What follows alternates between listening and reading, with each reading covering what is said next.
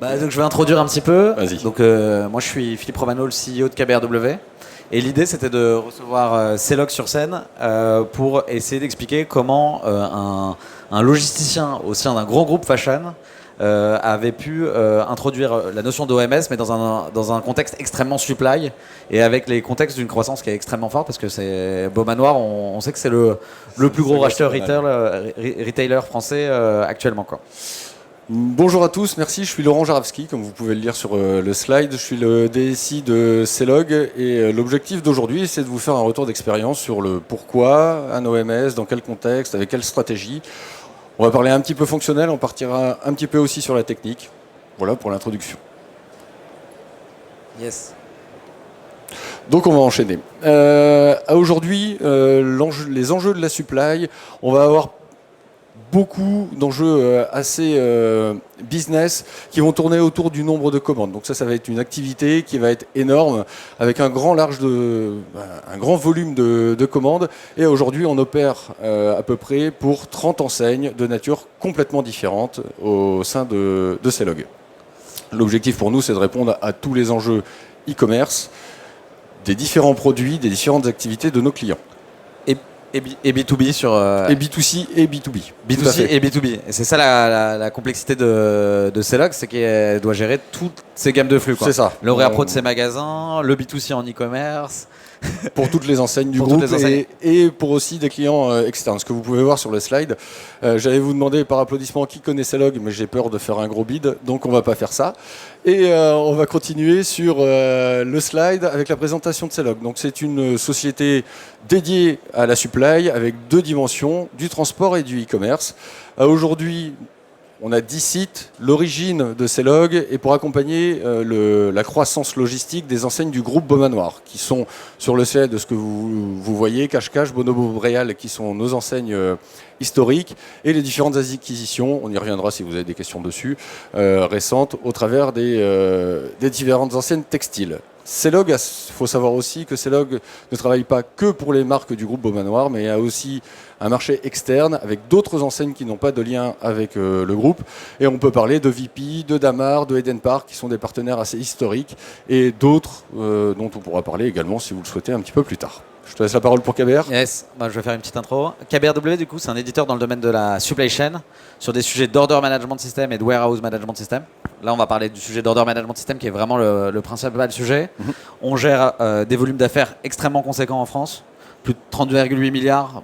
Après, c'est toujours un peu compliqué de savoir comment on compte des chiffres. Donc, ce qu'il faut savoir, c'est qu'on est derrière beaucoup de systèmes d'information de grosses entreprises du CAC 40. Donc, on est l'OMS de Vuitton, par exemple, au sein du groupe LVMH. On travaille dans la pièce de rechange chez Stellantis. Donc, à chaque fois que vous cassez votre voiture, vous passez par l'OMS de KBRW. On est l'OMS d'Etam, qui est une marque que vous connaissez.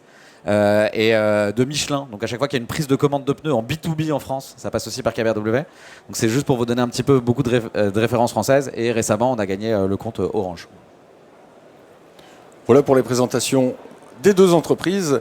Je vais revenir un petit peu sur le contexte et les enjeux stratégiques aujourd'hui pour l'essor du e-commerce. Donc il faut savoir qu'aujourd'hui, Celog a un ADN fashion, un ADN retail, et donc du coup possède beaucoup de clients et on doit accompagner cette croissance-là. Cette croissance du e-commerce, le trafic, le chiffre d'affaires, s'il n'y a pas la puissance logistique derrière, vous avez des commandes, mais vous n'avez pas de clients livrés. Donc ça génère des problématiques, les volumes, les pics d'activité. Et c'est aussi l'enjeu numéro 2, soutenir l'activité de ses clients. C'est-à-dire qu'on ne gère pas du e-commerce avec des Black Friday. Aujourd'hui, ouais, je me décale. Ok. Demandez de se décaler. D'accord. On va faire un pas de danse à la fin de la... Pas de problème. Ok. Et donc du coup, soutenir l'activité croissante de nos clients, accueillir de nouvelles activités aussi. Alors on parle d'activité logistique, on peut avoir de la prestation, du packing, des expériences de packing, d'unboxing pour nos clients finaux. Et aussi offrir une qualité de service homogène, c'est-à-dire le même service pour tous nos clients en respectant les délais de livraison qui sont affichés sur les sites de nos clients pour lesquels on livre leurs clients finaux. Voilà les grosses briques et les contextes stratégiques autour de ce e-commerce. Pour répondre à ça, Celog a fait un investissement qui est assez important. On a construit un entrepôt from scratch à Poupry, donc c'est au sud de Paris et au nord d'Orléans, dans une zone stratégique logistique, avec l'objectif d'optimiser les temps de traitement, le travail autour de cette activité e-commerce. Donc on a construit un entrepôt de 18 000 m². Je viens après sur les chiffres, avec l'objectif d'orchestrer les commandes en temps réel. Vous commandez un produit sur le site marchand que vous utilisez, la commande tombe en temps réel chez nous, et donc du coup va être traitée immédiatement. On ne va pas attendre un regroupement, comme on pourrait le faire pour de la massification sur des activités B2B, où là on traite beaucoup plus de volume. Là on va traiter des commandes à l'unité. Ce qu'on a décidé aussi, c'est de l'automatiser et de le robotiser. Et on l'a robotisé avec des ressources C-Log, un brevet C-Log, et c'est nos propres conceptions de robots et l'intégralité de la conception de Poupry. C'est suffisamment rare pour le signaler quand même, parce que je pense que des fashion retailers qui se mettent à designer des robots en France, je ne savais pas que c'était possible. Un supplier, oui. Un supplier, et ils se sont mis à faire vraiment le design d'un robot. Donc, c'est le petit robot que vous voyez le petit robot que vous voyez là-bas, on peut aller le voir pour de vrai, et ça ressemble vraiment à un robot Amazon, quoi. C'est ça. Mais c'est log. Mais c'est log. Donc du coup, cet établissement, investissement 10 millions d'euros, 50 000 articles par jour, 18 000 m², avec un tiers de cette surface pour une cellule qui est full dédiée e-commerce. Vous avez des petites photos au niveau du convoyeur, de la structure mécanisée, des petits robots. C'est pas l'ordre du jour aujourd'hui, je pourrais vous en parler pendant beaucoup d'heures, mais c'est un petit peu pour vous situer le contexte de l'activité en entrepôt et des investissements logistiques qui sont faits pour répondre aux enjeux du e-commerce. Notre ADN étant B2B à l'origine, on a voulu vraiment répondre à l'essor et aux enjeux de nos clients au travers de cet entrepôt. On va parler de l'OMS. Alors l'OMS, l'Order Management Service. Donc on a parlé de la supply, on a parlé de la stratégie e-commerce pour lequel on doit accompagner d'un point de vue supply nos clients. Où se situe l'OMS et à quoi nous sert l'OMS dans le contexte de C-Log? On va parler fonctionnel, je ferai un petit rappel technique juste après parce que je suis DSI quand même, et que c'est notre cœur de métier. Donc l'OMS va avoir un rôle en fait de dispatch. Le premier sujet, je vous en parlais tout à l'heure, c'est un pointeur, ce bouton-là? Non, je vais me rapprocher. On va avoir le commerce omnicanal de nos différents clients. Et donc du coup, ce que je vous disais, on va récupérer ces commandes. L'objectif de l'OMS, c'est d'orchestrer les commandes le plus rapidement possible. Et par orchestrer les commandes, on va injecter beaucoup de variables. Et l'objectif, ça va être de choisir le meilleur entrepôt pour préparer votre commande. Une commande qui est passée à 11h ne sera peut-être pas traitée par le même entrepôt qu'une commande qui est passée à 17h. Ça veut dire que cette OMS doit avoir une synchronisation très efficace de ce que j'ai envoyé dans tel entrepôt, de ses positions de stock, des horaires de cut-off transporteurs, à quel moment les transporteurs vont venir récupérer les commandes qui ont été préparées par l'entrepôt. Et donc tout ça, grâce à l'OMS, nous permet de faire le meilleur choix de l'entrepôt pour répondre aux enjeux de livraison de nos clients. Et les positions de stock aussi. Donc là, je suis dans l'étape numéro 2, améliorer la synchronisation, la fiabilité de stock entre tous les sites. Et je précise bien entre tous les sites. Là, on a parlé d'un site dédié au e-commerce qui, à un moment donné, n'aura peut-être pas assez de produits pour répondre à la commande. On va rerouter vers un autre entrepôt historique du parc de C-Log les commandes pour de la préparation B2C. Encore une fois, l'objectif, c'est de préparer la commande rapidement. Une fois qu'on a fait ça, on va solliciter nos transporteurs, on va faire toutes les DTIC, les étiquettes de transport, etc. Ce que vous allez recevoir sur vos colis avec un gros code barre, le transporteur, votre nom, etc. Et une fois qu'on a récupéré, on a confié nos produits aux transporteurs, on va retourner cette information du délai de transport au travers de l'OMS pour aller le diffuser et le publier sur toutes les plateformes e-commerce sur lesquels nos clients auraient fait des commandes. C'est ce que vous avez quand vous avez un lien de tracking, vous cliquez dessus, suivre ma commande, suivre mon colis. Ça vient de vos transporteurs pour cette commande au travers de l'OMS et retourner directement vers les plateformes e-commerce.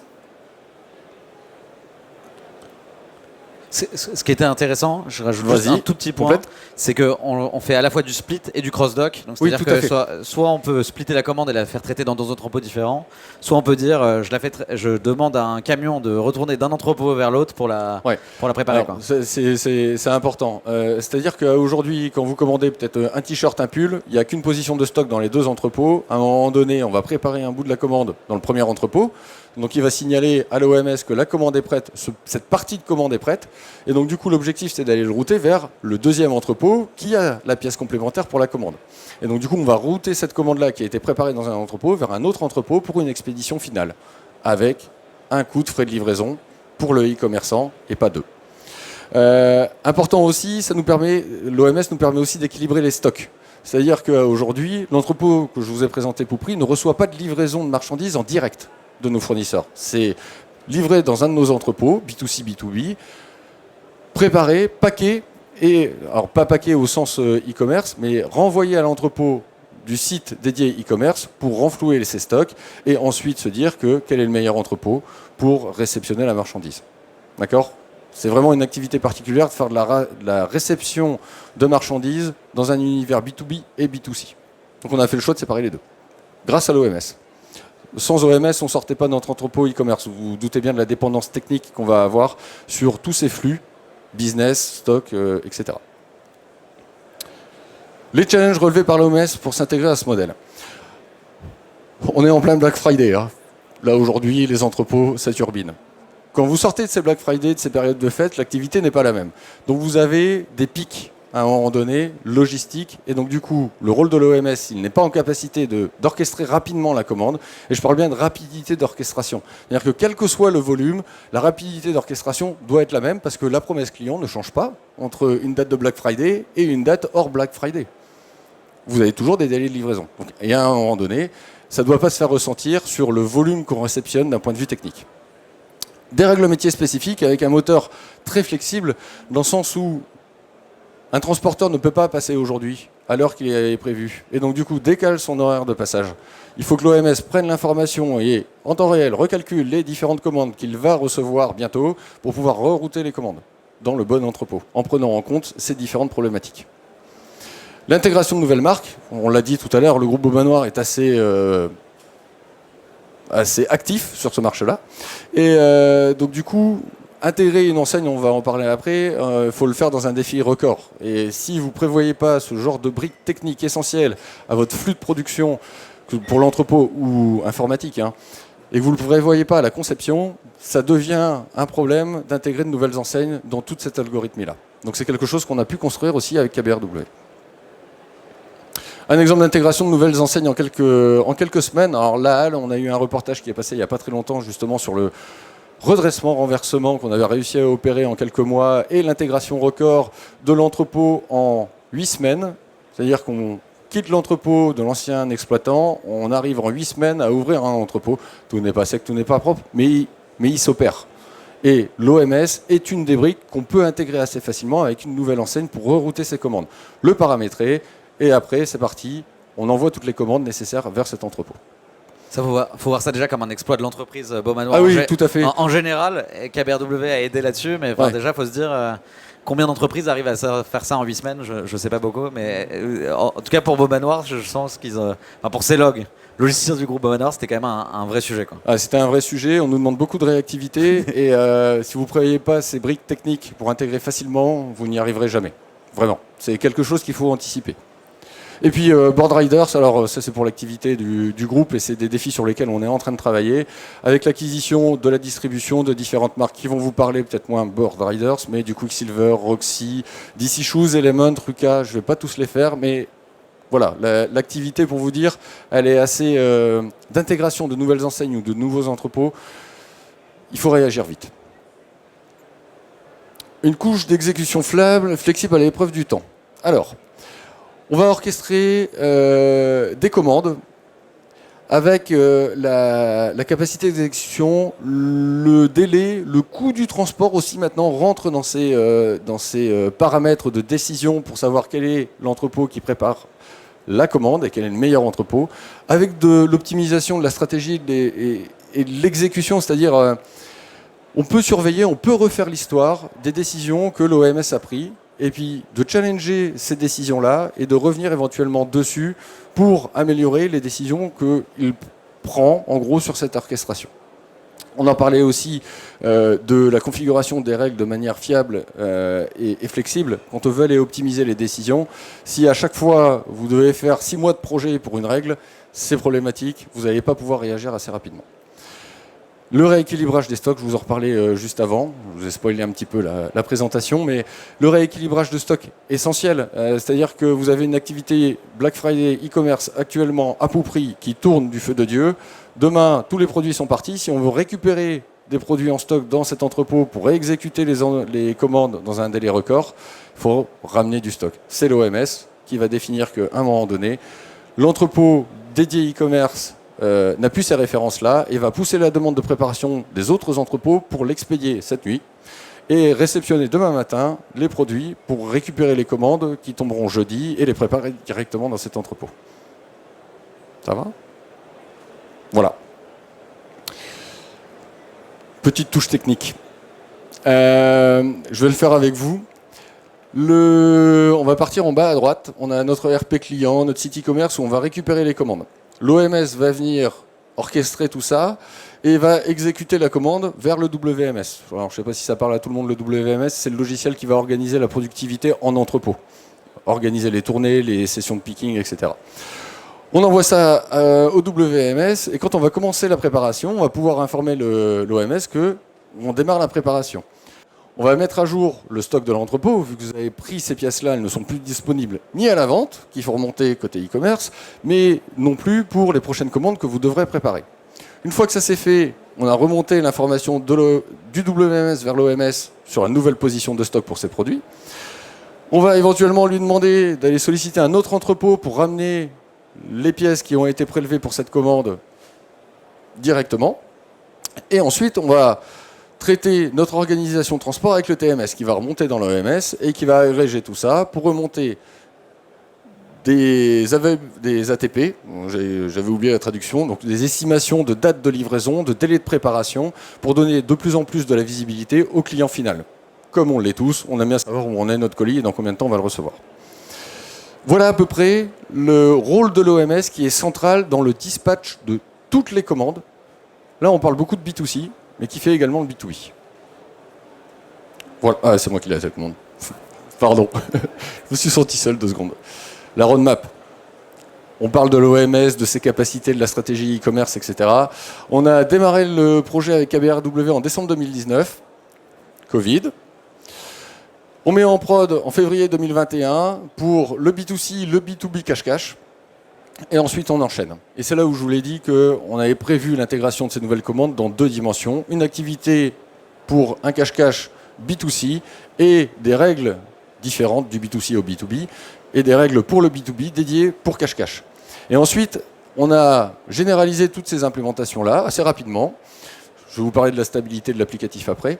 Et en décembre 2021, on arrive avec, sur du B2C, Laal, Bréal, Bonobo, Vibes, et on continue ces déploiements-là, avec éventuellement de nouvelles briques de retour en franchise pour optimiser les frais de douane sur le retour des clients finaux. Vous retournez votre marchandise, il y a des droits de douane à payer quand vous passez la douane, et on a réussi avec l'OMS et avec KBRW à optimiser les coûts de retour douane sur les retours e-commerce. Pour nos clients finaux, pas pour Celog, hein, pour nos clients finaux. En septembre 2024, là, le B2B va se lancer. Le groupe qui a fait l'acquisition de Sarenza il y a 18 mois, 12 mois, 18 mois par là, donc du coup va s'intégrer également à l'OMS et dans une stratégie globale entrepôt. C'est-à-dire que la marchandise aujourd'hui qui se trouve dans ces entrepôts, à partir du moment où elle intègre l'OMS, peut se retrouver dans d'autres entrepôts. Et les commandes peuvent être préparées par d'autres entrepôts.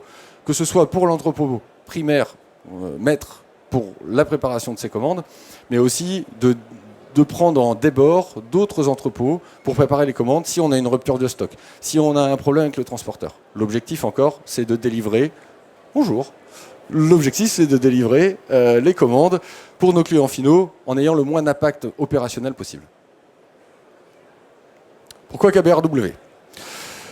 Alors, on a fait le tour du marché. Hein. On a lancé un appel d'offres, on a étudié les différentes propositions, etc. Et vis-à-vis de l'activité de Celog qui est particulièrement à fort volume, dépendante de plein de facteurs différents, il nous fallait quelque chose qui était paramétrable, respecter aussi nos enjeux business et notre spécificité, notre ADN Celog.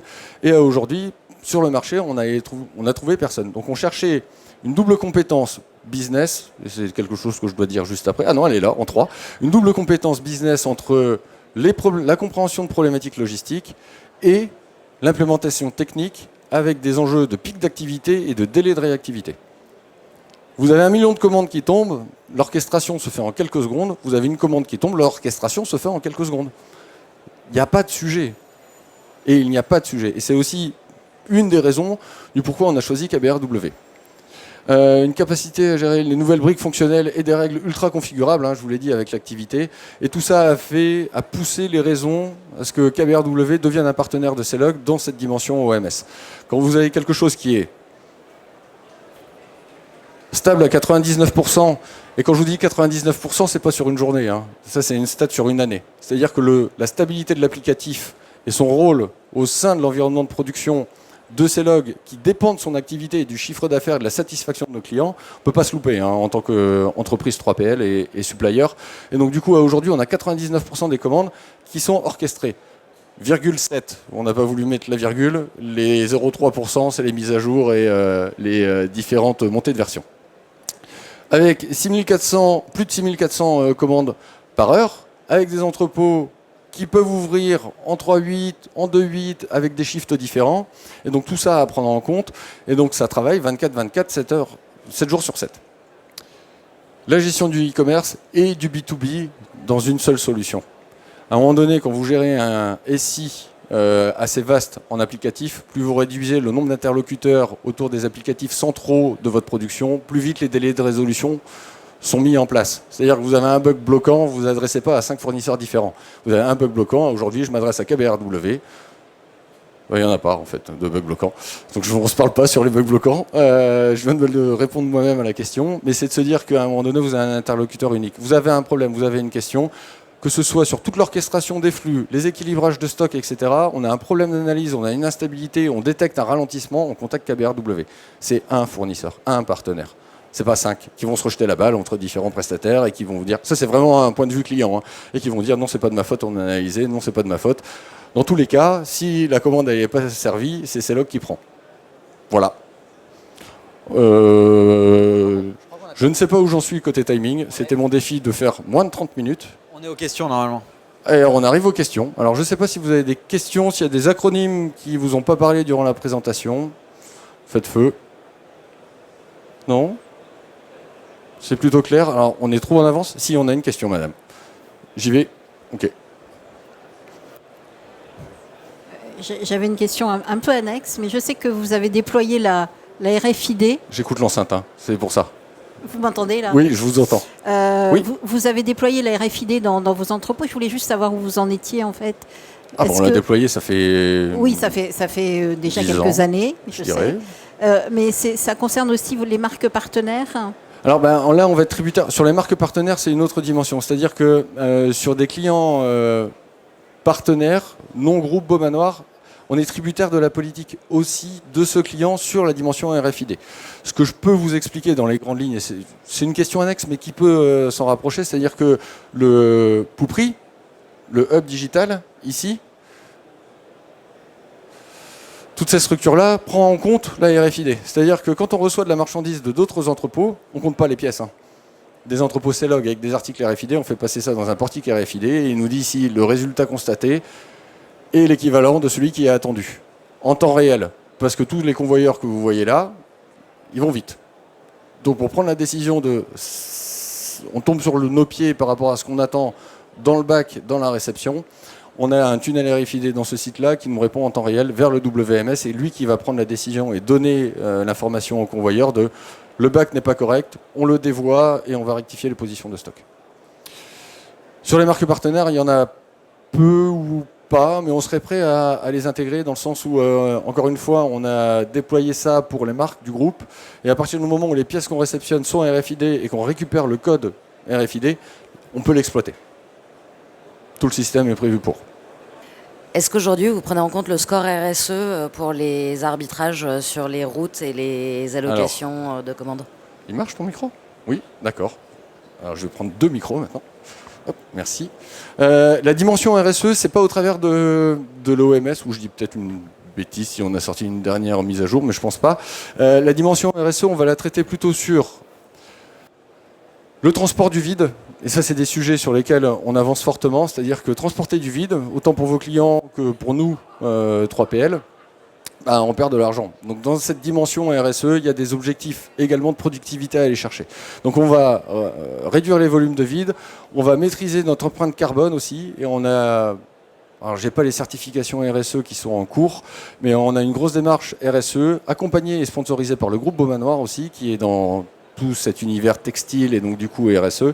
Et on s'inclut aussi dans cette stratégie RSE pour le groupe au travers de ces logs dans notre contexte métier.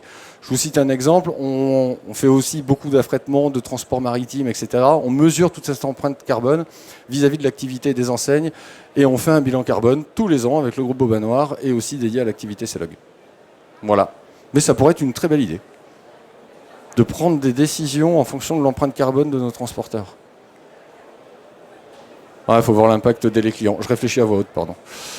On peut en parler. Time. Ok. On va s'arrêter là. Merci à tous. On sera sur le stand de KBRW si vous avez des questions complémentaires au B55. Ouais, merci super. beaucoup. Merci à vous. Une bonne journée. Au revoir.